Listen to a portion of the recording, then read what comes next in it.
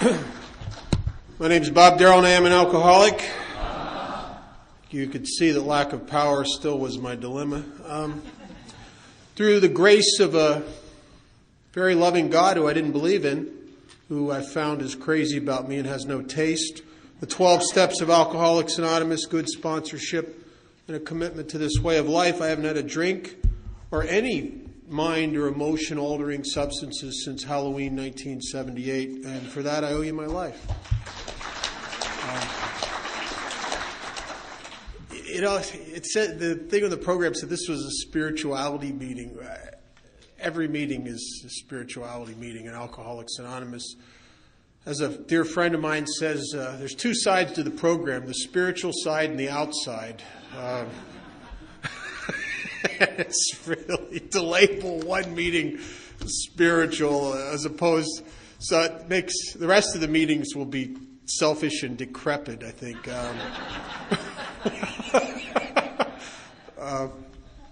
I want to talk about something that is dear to my heart, because an experience that I've had in Alcoholics Anonymous, that if I didn't have it and try to maintain it, I probably would have died probably by my own hands years ago.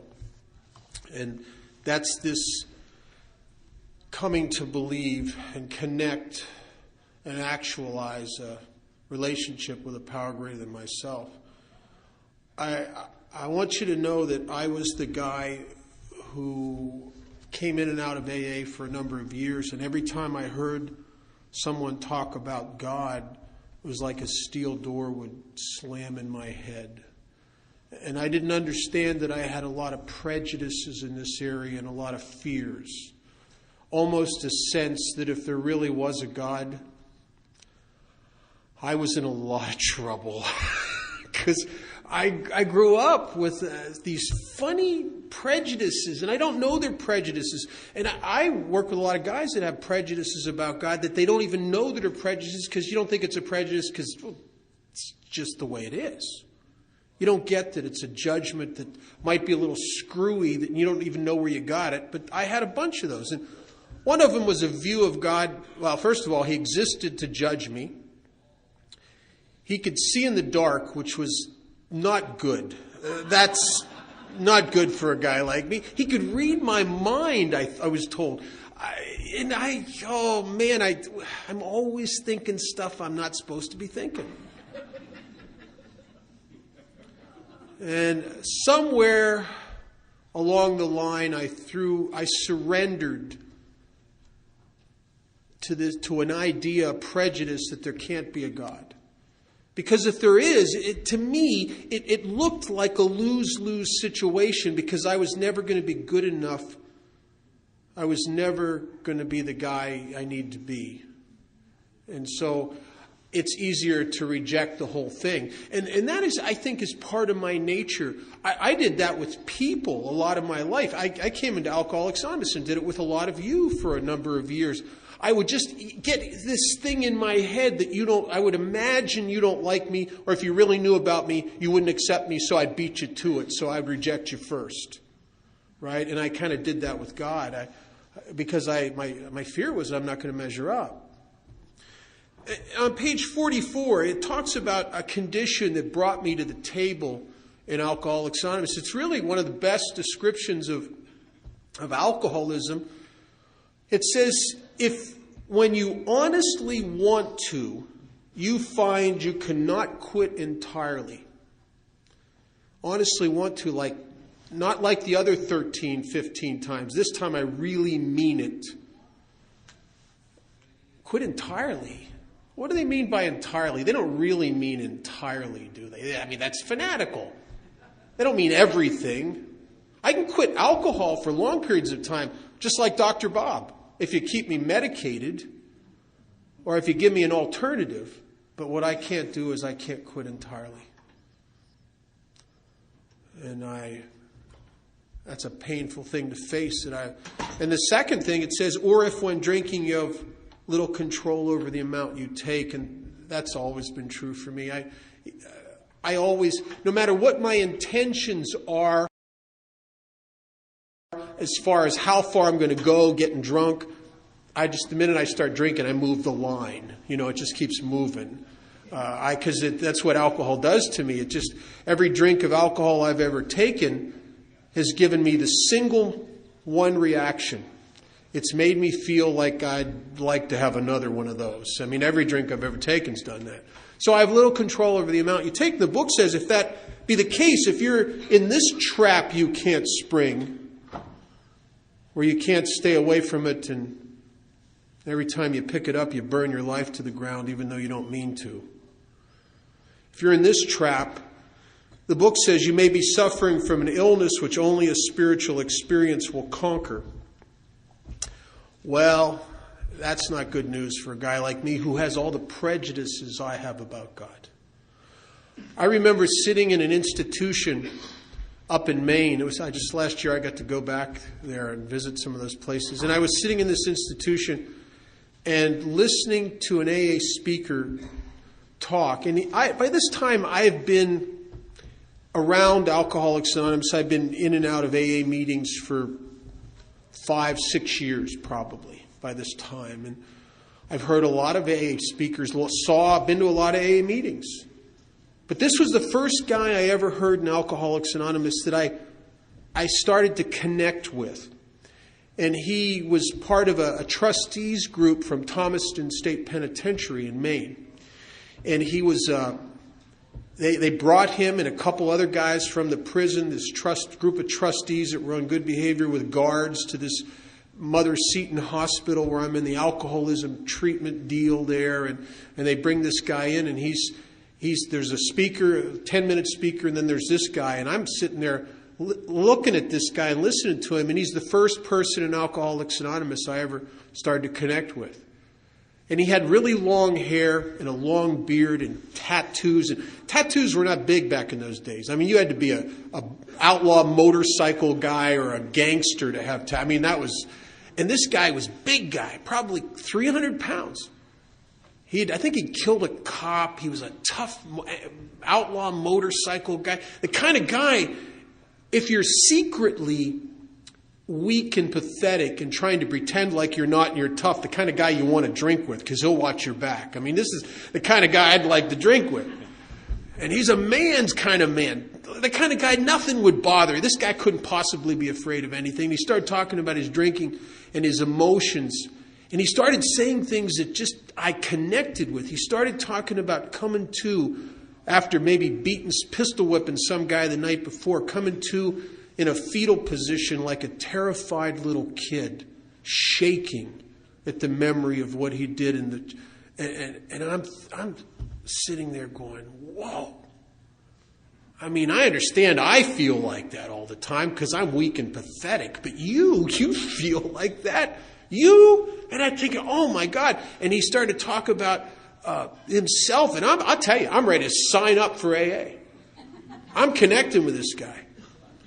And then he talks about going to AA, working the steps, and finding God. And the minute he started talking about his relationship with God, it was like a steel door slammed in my head. And I remember sitting there thinking, oh, what have they done to him?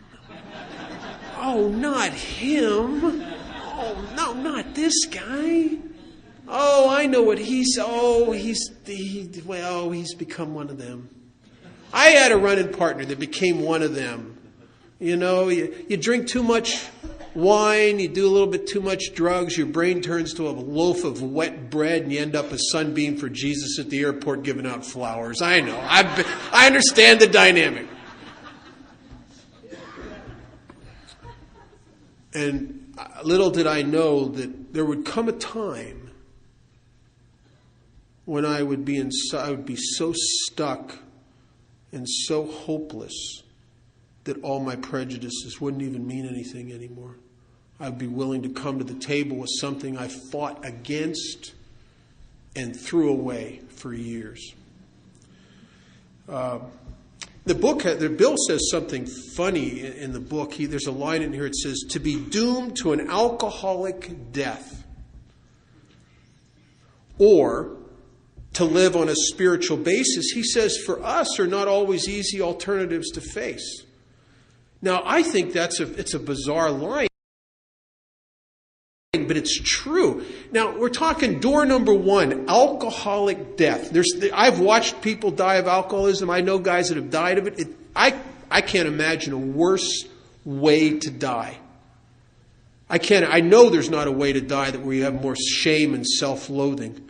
By the time alcoholism finally kills you, and it's a long, tedious process for most of us, you've wished you were dead for a long time. By the time it finally kills you, you've been in hell already. The death is just finally stepping over the threshold. You've already been there. By the time it finally kills you, you hate yourself. Everyone you've ever loved wants nothing to do with you, and they're going to be glad you're dead. As my mother, when I was a year sober, and my first approach to making amends to them, she broke down with tears in her eyes because she loved me, to have to tell me that she used to wish I was dead. And I did that to her. How do you take a mother's love and do that? Did an angel get its wings? And I did that. So we have alcoholic death, worst death there is, or to live on a spiritual basis. And Bill says, guys like me, that's not always easy alternatives to face. It's like you come to meetings and people want to tell you about the steps and we're going to do God and all that stuff. You start thinking, what? How bad could that alcoholic death be anyway, really? I mean, And when my mother died of a terminal illness, lung cancer, and it was a very brutal deal. And I got to talk to a lot of doctors back then about terminal illnesses. And do you know, if you went to a hospice where people who have been pronounced terminal and they're dying of cancer, and there's no hope for them through human means, and you were to say to them, we got a deal here that if you'll just change your lifestyle a little bit and do a few things, there's over 4 million of us that were terminal, that don't have to die of this disease. I'm telling you, they beg you to tell them what to do, and they do it. I go in on a weekly basis for the last 28 years. I've gone into places where people are dying of alcoholism every week, and you lay out this simple kit of spiritual tools at their feet, and most of the time they kick it away because they can't make this choice. And it's ludicrous, but it's true. There's something about alcoholism that it's almost as if, I imagine sometimes like it has a life of its own, and it wants you dead. That's why there seems to be a resistance in a lot of us that well up in anything that's going to take us closer to God or freer from our disease. Almost like the alcoholism will make you nuts not to go there. Look at how many times some of us try to write 4 steps and can't pick up that 5,000-pound pen, or go wash. I used to wash my car rather than write anything. What is that? It's crazy. The book says after a while we had to face the fact that we must find a spiritual basis of life or else. And isn't it strange? I just think it's strange that I and a lot of us fight this whole idea of a spiritual experience or a spiritual awakening, and yet, in reality, spend my whole life seeking that. I don't know about you guys. I drank alcohol because it vitalized my spirit. It gave me an awakening. A guy who was locked up in himself, depressed, I can't fit, I ain't doing too good, could walk into a bar or a party and have 5 drinks and get connected. I could come out and play. I could be a part of. I could feel plugged in. It really was a spiritual experience. Putting aside all my prejudices about religion and spirituality, the truth always has been that in my early days of alcoholism, no matter how sick my spirit is, 5 shots of tequila would vitalize it. Not at the end, not the last couple years, but for years it did that for me, and especially in the years when the hook is set and the obsession is put into place. So I got a deal here. I got to come to the table. I don't want to come to the table. Earlier in the book, there's a place where it says that it talks about before we ever come to believe in God or even that AA will work, it says we will come to believe in the hopelessness and futility of our life as we've been living it. And I believed that. Before I ever believed AA would work for me, before I ever really started to believe in a power greater than myself, I believed in that. And isn't it, I think spiritual growth, it's a funny thing. It doesn't come from education. And I really know that. I had a dear friend who died a few years ago with a lot of years of sobriety. He was a Catholic priest who had studied and taught theology at the Vatican, and was a drunk doing that for years. And he said it wasn't until he came into AA that he started to really connect with God. And it really wasn't from educating himself more in spiritual things, because he was at the top of the food chain as far as education and intellectual knowledge about God. It came from throwing some of that stuff out. That spiritual growth always comes from subtraction. It never comes from addition. Never. And that's really my story. And the subtraction was that I got to the place where I believed in the hopelessness and futility. My best thoughts and ideas had failed me. And I'm dying here, and I've tried everything else. They say there's a saying in AA that Alcoholics Anonymous is the last house on the block. I think within AA, sometimes God is the last house on the block also. It says on page 45, it talks about something that's very interesting. It says lack of power. That was our dilemma. Not lack of religion. Not even lack of faith. I've known some men that have tremendous faith in God that have died of alcoholism, drank themselves to death. I've had the fortune or privilege to have sponsored several members of clergy. I watched a guy drink himself to death that prayed more in one day than most of us will in a week, who knew more about God and Scripture and the Bible than most of us ever would. And he died with more faith than probably intellectually.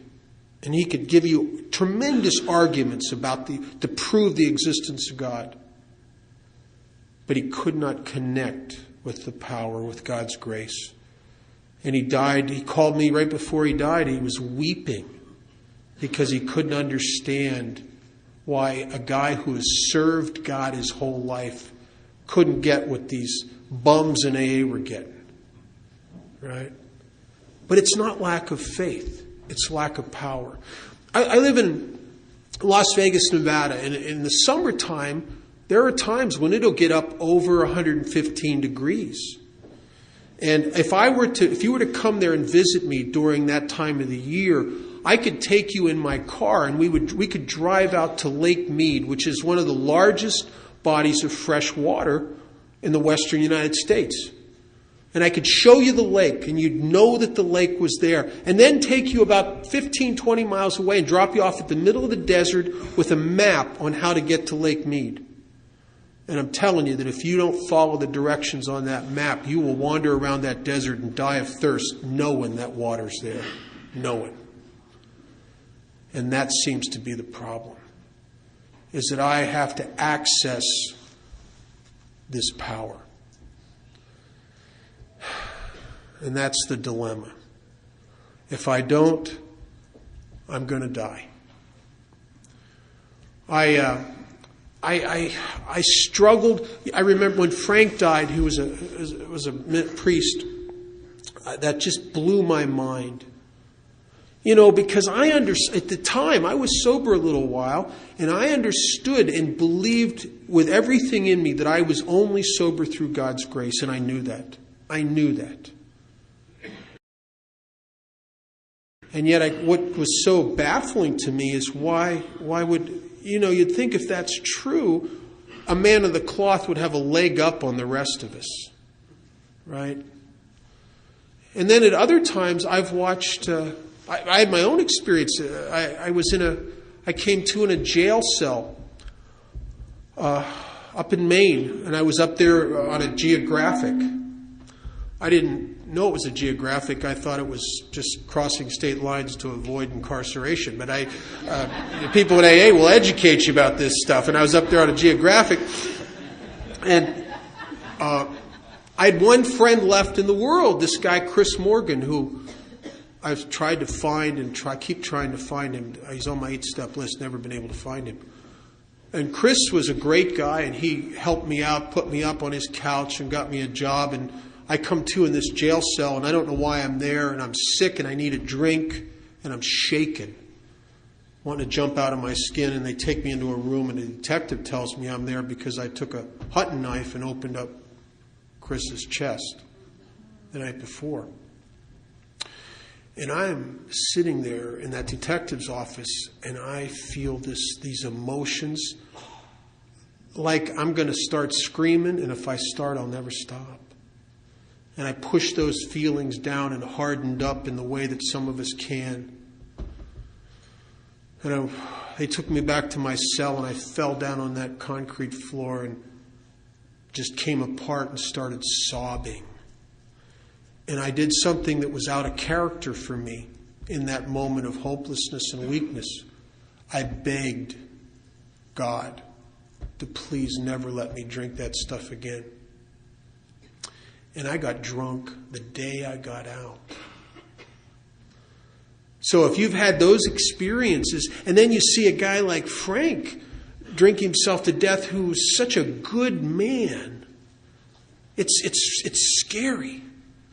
And I didn't understand, and yet I'm sober by this time longer than I've ever been sober in my whole life since I started drinking at 12 years old. And I feel pretty good about it. And one night I was watching a movie, and it was an old movie, old B movie from about World War II, and all of a sudden I connected the dots. I understood what had happened to me. And the movie is about about the South Pacific. And in the South Pacific during World War II, there were so many islands that the United States did not have enough troops to station garrisons on every island. So what they did is that they would often parachute in a guy whose job was to be an observer. And he would set up a base camp, and through radio he would keep in contact with the U.S. fleet and watch for Japanese troop movements and ships. And this story's about a guy who did that. But on landing on the island, the radio got screwed up.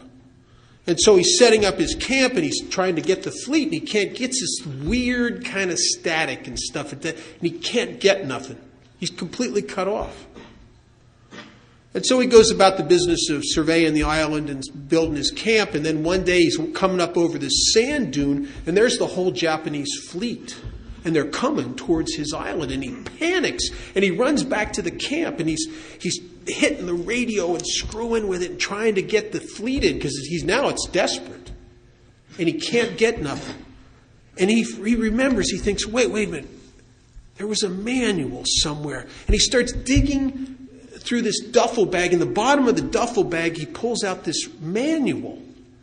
And he starts reading the manual, and it starts describing the symptoms of the radio, the weird static and all the stuff that's going on. And then it gives him some tests to try and some things to do. And it leads him into finding this tube that's been knocked loose and resetting it. And all of a sudden, there's the fleet. There it is. And the reason he couldn't get the juice or couldn't get the power from the message, the deal from the fleet, was not because he was a bad guy or he played with his knobs too much or none of that stuff. It was just simply that he had a broken receiver. And I started to get, that's it. That's the deal. God has always loved me. God is crazy about me. God exists to give me His grace. but I got a broken receiver, and I can't receive it. And I think that's why people will die of alcoholism knowing, with absolute faith, knowing God's there. But they can't access the grace because they're blocked from it. And a couple little things. On page 46, it talks about two things that are necessary in order to begin to connect with this power. In the middle of the page, it says, we found that as soon as we were able to, first, lay aside prejudice. And with a lot of the guys I sponsor, I try to talk to them. We try to even sometimes get them to write down, what are your prejudices? What are your ideas, your opinions, your judgments, your notions about God? Especially let's look for the ones that at times may make His love and grace give you a sense of that you're not worthy of it or you can't access it. And I'll tell you what one of mine was, and I think a lot of us have this, and it's unconscious. That's the problem with most prejudices. I don't get that they're prejudices. It's just an unconscious stance that I take towards things. And one of mine was this idea that God would only help me and love me when I'm good. That in my very worst day, when I've just done something I can't stand myself for, that God wouldn't help be there for me because I've rendered myself unworthy of His grace. When I've just gone into a restaurant and because I haven't eaten all day and I'm really hungry and I'm nuts and the waitress doesn't wait on me quickly enough and I knock the sugar thing off the counter and start yelling at her and storm out of there. And then I'm sitting in my car and I want to go out in the garden and eat worms. Because I've become the guy that I can't stand. I've become the guy I can't stand. If I don't have a God that I can access even at my very worst, I got a problem. Because that's when I need His power. It's when I need Him the most. And so that's a deadly, deadly prejudice. And so many of us have that, and many, many more. So it says the first thing we have to do is lay aside prejudice. These prejudgments that I have about God, these opinions. And the second thing it says, and express even a willingness to believe. It doesn't say we have to believe. It asks for an expression of a willingness. And it says if we do those two things, it says we'll commence to get results, even though it's impossible for any of us to fully define or comprehend that power, which is God. I sort of thought that I had to understand God before I could approach Him. And that's not the case at all. Matter of fact, my desire to understand and figure God out was a very self-oriented thing. The reason I want to understand God is just the same reason I want to understand the boss at a new job. Because if you understand the way he thinks, you're going to get a little leverage there. You're going to get a little more control. You're going to feed self a little. Me, what about it's going to do me? Like maybe if I could understand God enough, I could tailor my prayers in such a way to get the Bentley and the new house. You know what I mean? But you have to make Him see that this is what's necessary. And just kind of understand Him so you can lay that down. Book says don't even try. A friend of mine says that if God's small enough for me to understand Him, He's not big enough for me to help me. And I believe that's true. So if I can just express a willingness, and what the old-timers in AA told me to do was stuff that didn't make any sense to me. I'm living in this halfway house because I'm a homeless guy. And they told me that I must get down physically, get down on my knees every morning and every night and turn my consciousness towards whatever's running the universe and to know that I needed help from that. And I knew that. I knew that I didn't have... By this time, after 7.5 years of relapsing, I know that I don't have what it takes to stay sober. I know that. I don't know a lot, but I know that. And so I would turn I'd go in the bathroom at the halfway house, and because I don't believe in God, so I'm embarrassed to do this. So I lock the door. I push the throw rug up against the crack underneath the door, like as if I'm afraid somebody's going to peek under there and see me pray or something. Like I'm nuts, right? I'm whacked. And I get down on my knees and I say, okay, whatever's there. I'm scared and I need some help, and I need your help to stay sober. And at the end of the day, I would just simply get down in there on my knees and I'd thank whatever that was. And some funny things started happening to me. From the moment of this expression of willingness.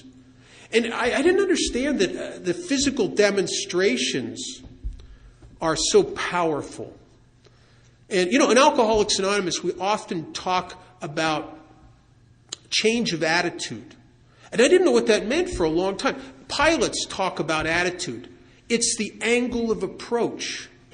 And if you got a bad attitude in an airplane, you're going to land in the mall, right? You're going to hit the side of a mountain.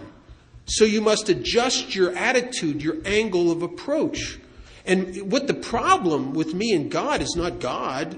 It's my angle of approach. And from the moment I started to take actions against my natural inclinations, what I started to do is I was changing my angle of approach. So I was starting to access this grace, this power. Amazing stuff started happening to me from the moment I did that. I was living in this halfway house.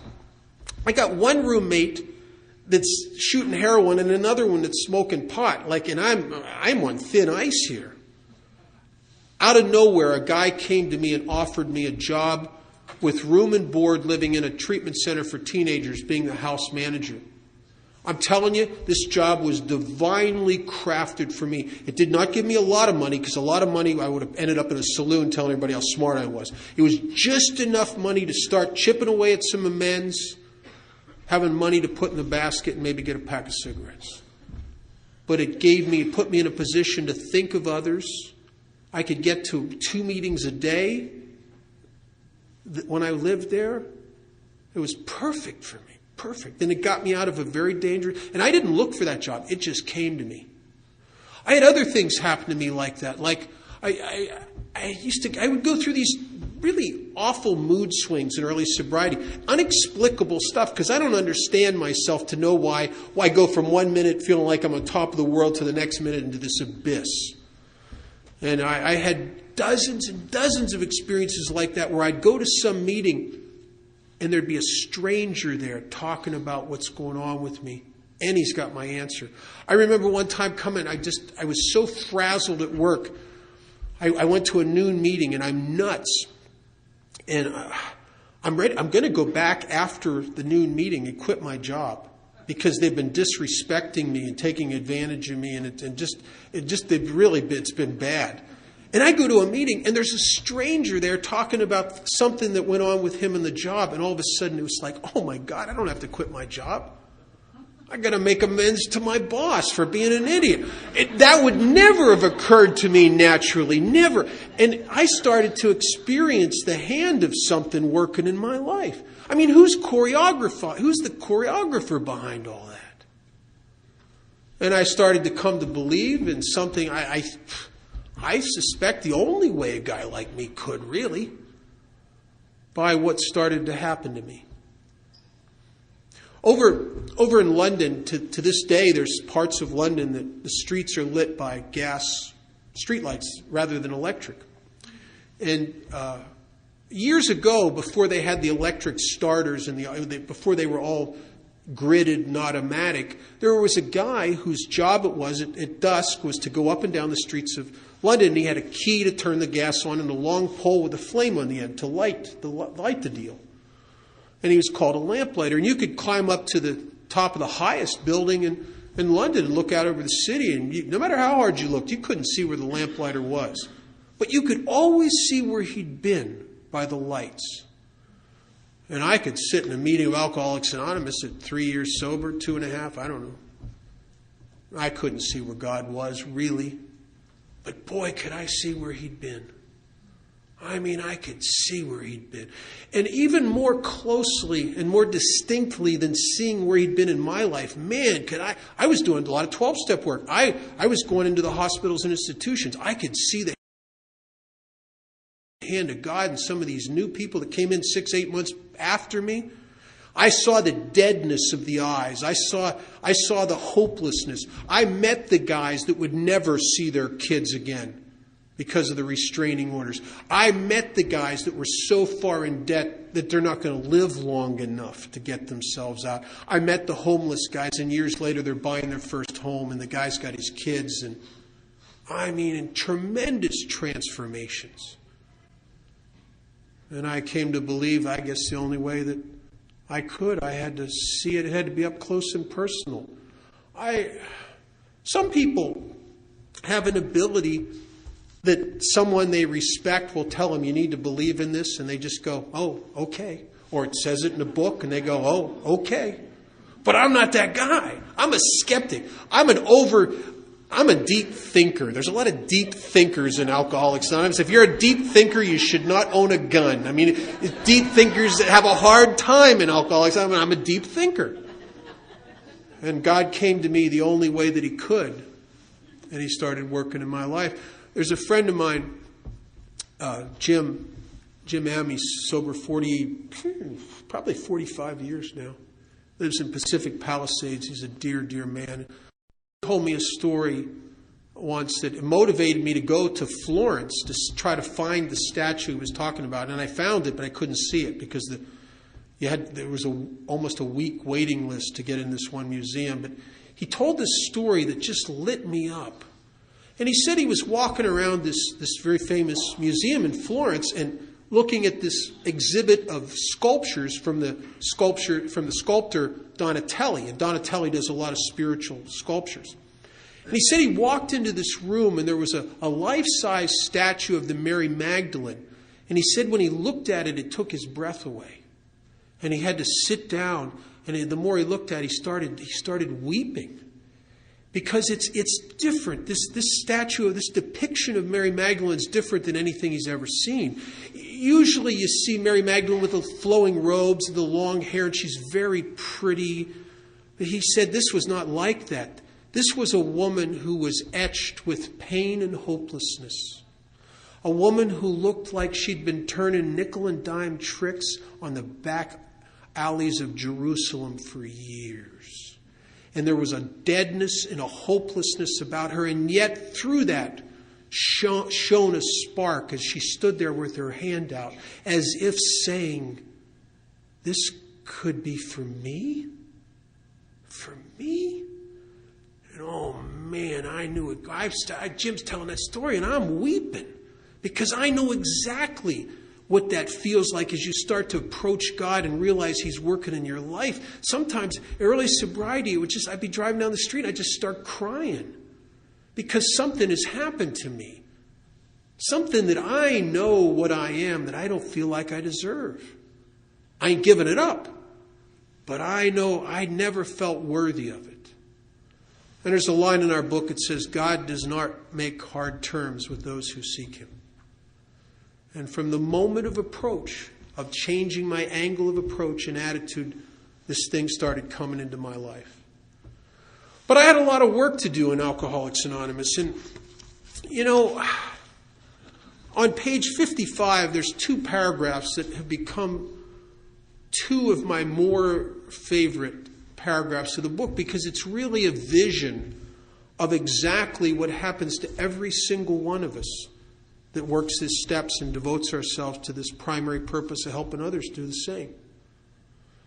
It's a vision of exactly where, exactly how, and exactly when we will find and access this power which is God.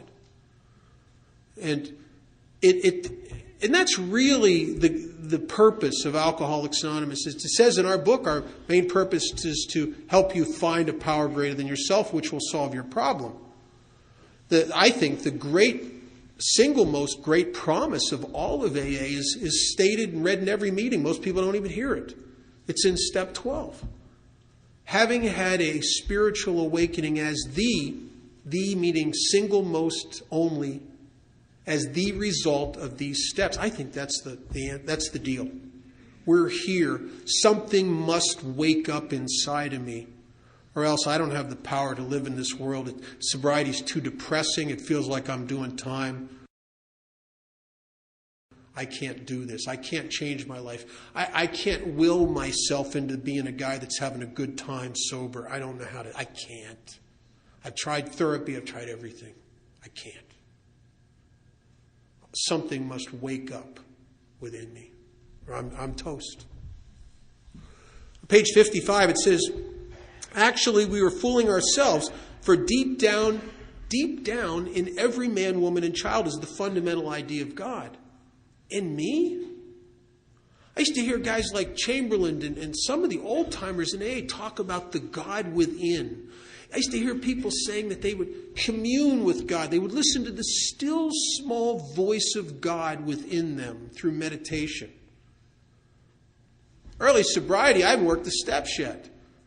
So I try to go in to connect with God. I don't find God. I find a pack of crazy people. I find legion. I find just nut stuff going on. I can't even be alone in an apartment without the TV on, because when it gets quiet out here, it gets crazy in here. If there's a God inside of me, boy, it's news to me.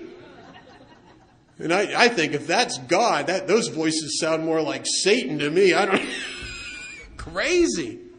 But it explains why I can't just go in and connect.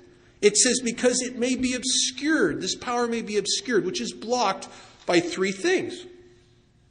By calamity. I like calamity. I like the edge. You know what I mean? There's excitement on the edge. I'm the guy. I go to an amusement park. I'm right at the roller coaster. You won't get me on the merry-go-round. I'm right going, I want calamity. I want excitement. I have always misinterpreted excitement for happiness. It's crazy. And I think serenity is the feeling you get when you just about died. You know, I mean, I think that's serenity, right?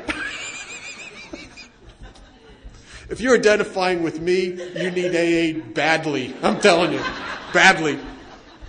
I like calamity. If you don't know what calamity is, imagine, you want to hear the voice of calamity, imagine that a surgeon could surgically implant a microphone into your brain on a bad day, hooked up to speakers, and we get to hear what you think for one day. We would hear calamity. The second thing it says it's blocking me is pomp. Is that I'm so defended and opinionated and judgmental. I'm so full of myself that I'm like a glass of water, that there's no room for anything else. It's just me and my judgments and my perception and my view of life and me. I'm just there. You know, God could be inside of me with a megaphone in between the pump and the calamity. There's nothing. He ain't getting through. There's too much of me between me and God. Just like the loneliness that I felt every time I got sober, because there's too much of me between me and you, and too much of me between me and God. And then the third thing it says is worship of other things. That's a hard thing for me to see, because I don't know what they're talking about, really. And I was 1.5 years, 2 years sober, and I had an experience that would change my whole perception of what this was about for me. I was ending my first sober relationship. And in my experience, I don't think there's a more self-involved person on the planet than an alcoholic ending a relationship. I mean, oh man. You can go up to a person like that and say, I just came from the doctor and I have terminal cancer and 2 weeks to live. And he'll go, you know what else she said, man? I mean, you know. Oh, it's funny, but that's the way we are. I mean, you know. Oh man. And that's what I'm doing. And I'm at this AA meeting one night, and I'm nuts. I can't hear anything in the meeting. It's like music in a doctor's office, because I'm in my head thinking if when I see her, I'll say this, and then she'll say that, and then I'll say this, and then she'll say that, and then I'll hit her with this, and she'll be properly ashamed of herself and beg me back. You know, so I'm crazy, right? And Plus, she's a member of AA and she's not in this meeting, which means that some hideous force has implanted a spring in the back of my neck connected to the meeting room door. Every time the door opens, I go, oh, not her. Okay. Right? So God could be trying to talk to me through the people in AA, and I ain't getting it. I mean, I'm just blocked, right? The meeting's over, and I end up going to coffee with some people, and end up me and this guy from Glendale who was visiting, who was sober about 28 years, and I started to tell him, now I captured audience since he rode there in my car. So I'm telling him about this relationship for 20 or 30 minutes till his eyes have glazed over. And he sits there very kindly and he's listening to me and nodding and, and just like AAs do. And when I'm done, man, he said some things that just rocked me. First of all, he says to me, he says, you ever thought about the First Commandment? And I said, no, I'm not into that. I'm just into AA. He said, yeah. He says, I know. He says, man, you and I are a lot alike. He says, guys like us can't get past the thou shalt not. He said, the first commandment is, I am the Lord thy God, thou shalt not have false gods before me. He said, I think the 10 Commandments were originally written as statements of spiritual cause and effect. That somehow, as they got translated through the different languages, the Greek and the Aramaic and the Greek, Latin, etc., somehow they got an authoritarian spin put on them. He said, I don't think they were that way originally. He said, it is my experience that God loves you no matter what you do. He loves you and loves you. That you can put anything you want between you and God and He still loves you. The problem is, you've just put something between you and God. And he said, when you worship something, it doesn't mean to bow down to. It means to obsessively turn your consciousness towards. He said, you want to know what you worship in your life? Make a pie graph of everything you've been thinking of, and the thing that dominates the pie is obviously the thing you've been obsessively turning your consciousness towards. When he said that, I could picture this pie graph with a little sliver for work and a little sliver for A, and the rest of it was her. And I knew instantly why I felt such desolation and why I was stuck in my head and I was disconnected from you and disconnected from God. Because I'm the guy who did that. And I did it because of a lack of power. And I think that a relationship will give me the power to validate myself and give me some emotional security, a sense of connectedness. I'll be a part of this.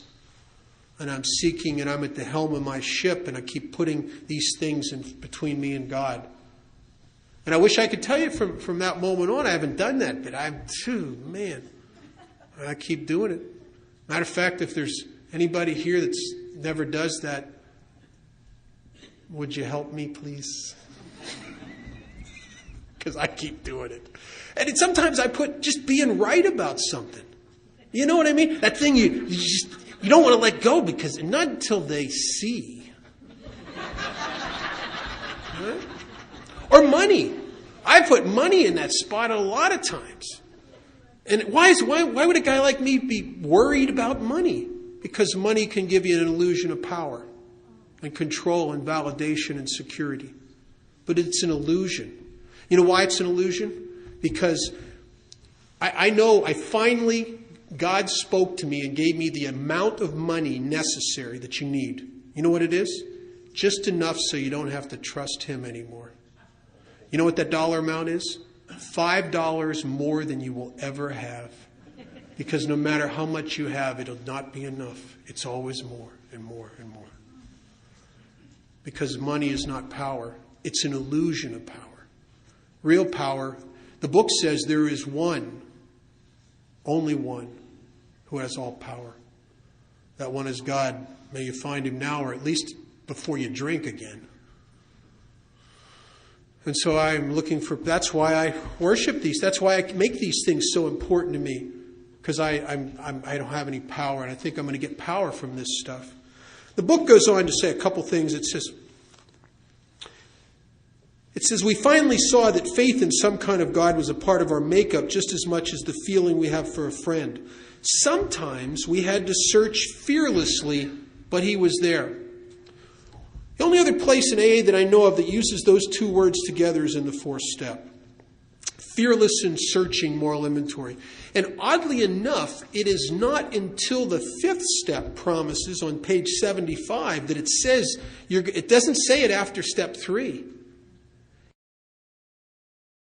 It's not until you've cleaned away some of the stuff, some of the pomp, some of the, from all your judgments on your resentment list, some of the calamity that you'll see very clearly on your on your fear list that you create, where this based on self-reliance, and some of the things you worship that will appear both on all 3 lists and also sex, how often we make that a big deal in our lives, our relationships. It is not until after step 5 that some of us seem to really start to connect. It says at that point we'll feel the nearness of our Creator. Why? God's always been there, but now what's happened is I've moved out just enough of me that I can start to feel the presence of God. Because I'm jettisoning the things that are blocking me through this process of 4 through 7. And sometimes it's not actualized until step 9, until I actually face the people and make amends. And I'm starting to connect. And what happens, the funny thing in the steps is the steps are not designed to make amends to God, so I'm closer to God. The steps are designed to remove the stuff between me and you. And what happens is when that happens, God shows up. There is no view. See, I'm one of those kind of guys that I thought maybe me and God will be good and I can still think you're all idiots. Right? And it never works that way. You want to measure your distance from God, measure your distance from the people around you. Right? Because they're God's kids. And when I separate from me from you, I'm separating me from the God within you. And I'm really separating myself from God when I separate myself from you. So we had to search fearlessly. Well, he was there, but he was as much a fact as we were. We found the great reality deep down within us. What a tremendous term for God. Capital letters, the great reality. In chapter 5, they read it every meeting, and they talk about the place you'll find God. I didn't realize it was a place. It says there is one who has all power. That one is God. May you find him in a place most of us never visit. Now. Right? And that's the great reality. God is present. He is the presence. And I miss it and I'm disconnected from it because I'm up here thinking about it. Trying to figure it. What does that mean? Analyze it. Because I want control. The great reality deep down within us, and the book says, finally, it says in the last analysis, after I've looked everywhere else, in the last analysis that is only there that he may be found, it was so with us. That is definitely my experience. I came to Alcoholics Anonymous in the last analysis. After I'd tried religion and treatment and medications and therapists and some of the great... I really identify with the guy last night. I was in therapy with Albert Ellis. Because my dad was so politically connected, he used to send me up to New York to the Institute for Rational Emotive Therapy. I was in therapy with a contemporary of Fritz Perls. I tried everything on the radar to fix me. I'm telling you, everything. The end results, I'm standing on a bridge trying to take my own life because I am stuck in a trap I can't spring. I can't jumpstart the party. The alcohol is no longer a spiritual experience, and I can't live without it. Because there's a desolation about and a depression about my abstinence. And I'm stuck. And so after everything else, I try AA. And then in the fellowship of Alcoholics Anonymous, I did my first 4 years of sobriety was crazy. I didn't stay sober, but I suffered periodically from untreated alcoholism. And I'm going to 15 and 20 meetings a week. I'm a GSR, I'm a DCM, I'm intergroup, I'm doing hospital and institutions, I'm going on 12-step calls. I'm trying to outrun my alcoholism. But as Chamberlain said one time, he said, the alcoholic always gets to a point where you can no longer put anything between you and you. And then the shyness where you can't outrun it anymore. And there you are. And that ain't no good. Because it's never been good, really. And there it is. And at a little over 4 years of sobriety, I started following the process in this book. And I started to finally connect with something as I cleared away the things that kept me in the driver's seat. As I started to dismantle my will in this fourth step, which is really my judgments and all the other crap. I started to connect with this power greater than myself. And my life has never been the same since. I'm no longer the guy that has to outrun his alcoholism. And yet I still go to a lot of meetings. I probably go to 7 a week, I suppose. Sometimes more, sometimes maybe 6, sometimes 8, I don't know. I have several commitments in AA, and I do that because I like the vitalization of helping others and doing service. I've connected those dots that's the good dope here. I was, right before I went back through the steps, I'll tell you this story and I'll end. I was working for a man who was trying to redeem me as an employee. And you got to understand, by the time I worked the steps again, I'd gone through 9 jobs in a little over 4 years. That'll show you where I'm at. And it's never my fault. I can't help it. I just keep ending up working for idiots. You can see through that, right? You know the truth, right? So this guy's trying to redeem me. And he gives me a set of motivational tapes, not AA. It's a set of tapes by a guy named Earl Nightingale called Lead the Field. And it's supposed to he's trying to help me become a better, less self-centered employee. And Earl tells a story in there. And when I heard this story, man, I got it. And the story, supposedly, Earl says, is true. And I've done a little research, and I think it is true to some degree. I've heard different versions of it. But the details are not important, is what the experience of hearing it. And Earl told the story about a guy in South Africa who had inherited a ranch. And it was a nice ranch. And the kind of ranch that would have put his family in good stead for generations. They could have made a nice living for themselves. But the problem was that this guy inherited this ranch at a time when the diamond boom was beginning in South Africa, when there were people who were becoming Bill Gates, mega Rockefeller rich overnight. And the more he heard the stories of their striking it rich, the more dissatisfied he became with what he had. And after a while, he was so obsessed with this, he sold his ranch and he took the money and invested it into equipment, and he went out into the bush obsessed with finding diamonds. And he never did. And one account says that he died out there broke, bitter, and alone. Another account says he threw himself into the ocean and committed suicide. But we know for one thing he didn't come to a good end. And it came to pass that this ranch he'd sold to these developers, one day they're moving around some rocks and stuff, and they found these unusual looking big rocks, and they didn't know what they were. And they took them to a guy, and they found out they were uncut diamonds, and they're raw. And they discovered that this ranch was the largest diamond deposit ever recorded in South Africa. These guys became like 2 of the richest men in the world, like overnight. And now they have to hire all these people and develop these mines, and they got to cut the diamonds and market them and ship them for distribution all over the world. And they're talking one day, and the one guy says, the other guy says, well, we need to name our company now. And the other guy says, yeah. He says, hey, let's name it after that poor SOB we bought this place from. The guy says, yeah, what was his name? He says, it was De Beers, wasn't it? And I'm listening to this story, and I'm thinking, I'm that idiot. I come into Alcoholics Anonymous, I look everywhere else for power and validation and security. In jobs, went through 9 of them. In relationships, went through a few of those.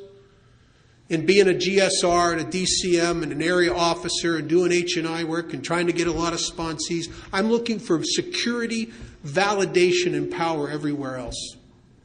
And in the last analysis, after I'm at the point where I can't outrun my self-obsessed depressions anymore, and the loneliness I started to take this journey to uncover, as Chuck would say, discover and discard the things that have been blocking me from God and ultimately from you, because it's a package. I think what Einstein said is true, that the great illusion of mankind is that there's more than one of us here. That if I want to get closer to God, I must clear away the stuff between me and you that really is the aspects of me playing God with you, the judgments, the separation, so that I can claim my place. And this is something I have struggled with, because I don't know about you guys, but I can completely dismantle the judgment machine that is self and surrender it ultimately, and within no time at all it grows back like a bad tumor. And I'll be the guy who's in charge again. And you know how you know when you're in charge? You just start seeing the people that need straightened out around you. And I look out over you today, and you all look like you're doing pretty good. Now, if I look at you too closely, I'll start noticing a couple of you need straightened out. But I want to thank you for allowing me to be here, and thank you for my life in Alcoholics Anonymous. Thanks.